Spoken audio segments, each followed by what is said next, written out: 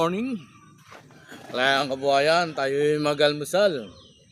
Dito tayo sa ating puno ng langka. Kami mag-almusal. Ito yung aming almusal. Champurado. Kagabi pa ho niluto to, kagabi. Diba sa vlog ko po, ang inulam ko rito kagabi yung langka. Ngayon naman, ito yung almusal namin, champurado. Tapos si Mrs. ito rin, champurado rin yung almusal namin. Tayo ay mag-almusal po. Samahan nyo po kami sa aming pag-almusal. Tapos ito, may pandesal tayo. Ayan, ang ating pandesal. Siyempre hindi po mawawala yung yan, may palaman po, may pandesal, tsaka kape. Ito ang kape, hindi mawawala ang kape. Kaya tayo mag-almusal muna po. Pinagpalang maga, Kalayang Buhaya.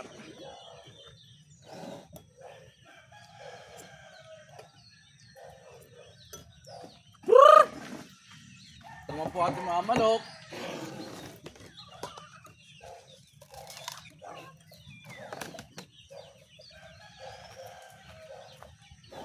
Galing eh.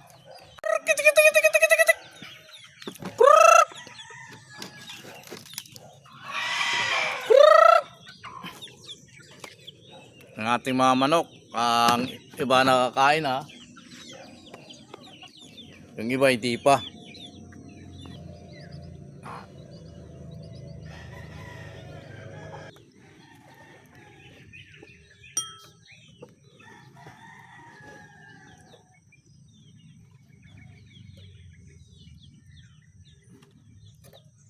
Tapos namin mag-almusal sa labas ng champurado. Ito, magluluto naman tayo ng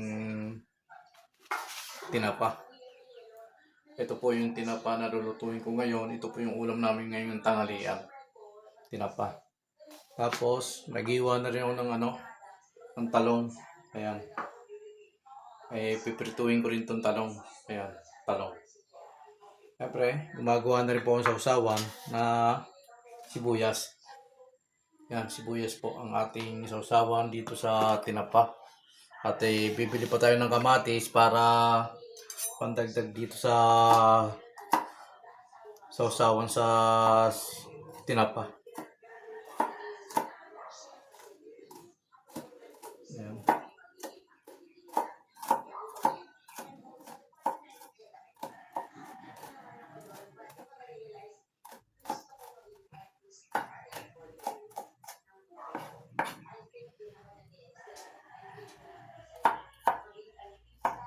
Pino natin yung sibuyas para madali masarap kainin din.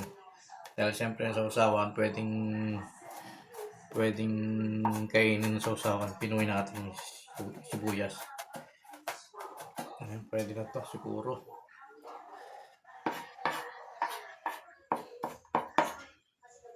Tapos,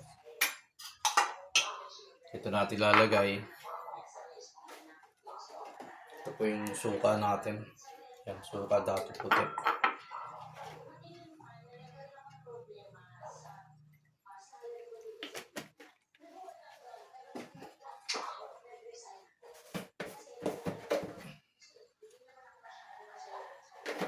Lagyan natin konting asin. Saka natin lalagay itong sibuyas para sausawan ng tinapa. Yan po yung ulam namin ngayon, tinapa na daing. Yan, tinapang daing po yung ulam namin ngayon. Tunawin natin para mamaya bibili pa tayo ng kamatis. Yun ay dadagdag natin dito.